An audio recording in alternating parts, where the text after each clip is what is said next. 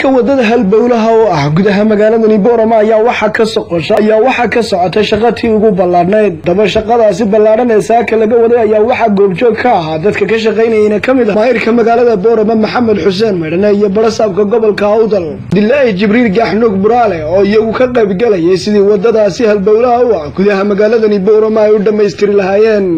intii karaankayaga inaan tayadeeda wanaajino ayaan isku dayaynaa hadii Ilaahay dhaahdo waxaan dadweynaha u sheegaynaa wadada inay biyaha ka ilaaliyaan qolada gaadiidkana waxaan u sheegaynaa shaqadii wali ma dhamaanin way socotaa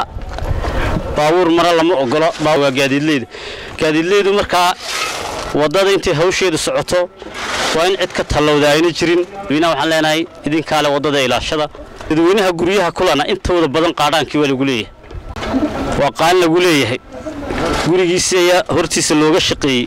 qiimaha u taagnaaba u laba laabmay marka qaaraankeena la weydiinayaa laguma dhaafayo qof walba ku sii tala galo tusaalahan guriyaha imika lacagta bixiyay waa tacabkoodii waxa ka galay tacaba ka galay waxay ka mid tahay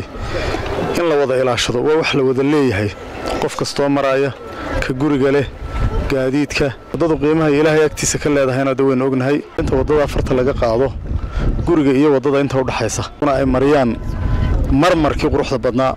oo bilicdii iyo gurigii iyo wadadiiba soo saaraysa isku soo wada duuba muddooyinkii ugu dambeeyay maayirka magaalada Boorama Maxamed Xuseen Meedhane ayaa horumarka dhinaca wadooyinka waxa uu ku dadaalayay sidii Boorama ay u noqon lahayd magaalo ay wadooyinkoodu cidhiidhiga iyo dhibaatada gaadiidka faraha badan leh ee ku soo badanayay magaaladani ay ka baxaan Axmed